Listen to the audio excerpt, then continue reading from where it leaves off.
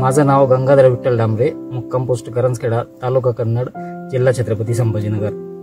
मी यावर्षी शेडनेटमध्ये काकडी या पिकाची 1/2 एकर क्षेत्रावर लागवड केलेली आहे. त्या काकडीसाठी मी धनश्री क्रॉप सोल्युशनची पूर्ण खतं वापरलेली आहे. त्या खतांमुळे मला चांगले रिझल्ट मिळून आले.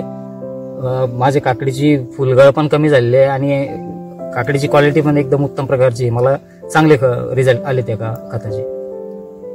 तुम्ही माझ्या काकडीचा प्लॉट बघू शकता.